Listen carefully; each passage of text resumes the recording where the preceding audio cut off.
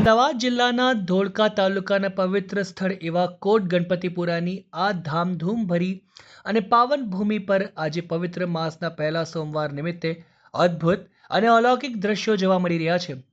ચારે કોર ગુંજતા મંત્રોચ્ચાર, ડમરૂના નાદ સાથે શંખનાદ વચ્ચે આખો વિસ્તાર સંપૂર્ણપણે શિવમય અને ભક્તિમય બની ગયો છે.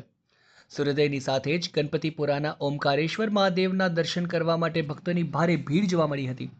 પવિત્ર માસનો પહેલો સોમવાર એટલે કે ભોલેનાથની આરાધનાનો સર્વોત્તમ અવસર અને આજના દિવસે શિવાલયમાં ભક્તો દ્વારા મહાદેવને દૂધ, જળ, પંચામૃત, બિલીપત્ર અને આકડાના ફૂલોથી શ્રદ્ધાપૂર્વક અભિષેક કરવામાં આવી રહ્યો છે. હર હર મહાદેવ અને ઓમ નમઃ શિવાયના ગુંજતા નારાઓથી સમગ્ર મંદિર પરિસર ગુંજી ઉઠ્યું છે.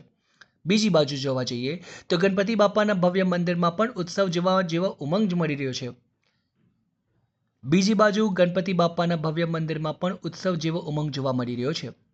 પવિત્ર સોમવારના આ સંગમ અવસરે ગણપતિ બાપાના દર્શન અને પૂજનનું અનેરું મહત્વ છે. ઘીના દીવાઓથી ઝળહળતું ગર્ભગૃહ, ધૂપ અગરબત્તીની દિવ્ય સુગંધ અને ઢોલ નગાડાના ગૂંજતા તાલે યોજાયેલી ગણપતિ બાપાની ભવ્ય આરતી જોઈને ઉપસ્થિત દરેક ભક્તનું હૈયું ગદગદ થઈ જાય છે.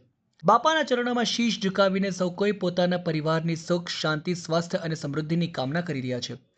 ઓમકારેશ્વર મહાદેવના સાંજના સાનિધ્યમાં પ્રગટાવવામાં આવેલી દિવ્ય મહાઆરતીના દર્શન ભક્તોને પરમ શાંતિનો અનુભવ કરાવે છે. ભોલેનાથ અને ગણપતિ બાપાના આ પવિત્ર સંગમ સ્થળે પહેલા સોમવારે ભક્તોએ ભારે આસ્થા અને ઉત્સાહ સાથે હાજરી આપી ધન્યતા અનુભવી હતી.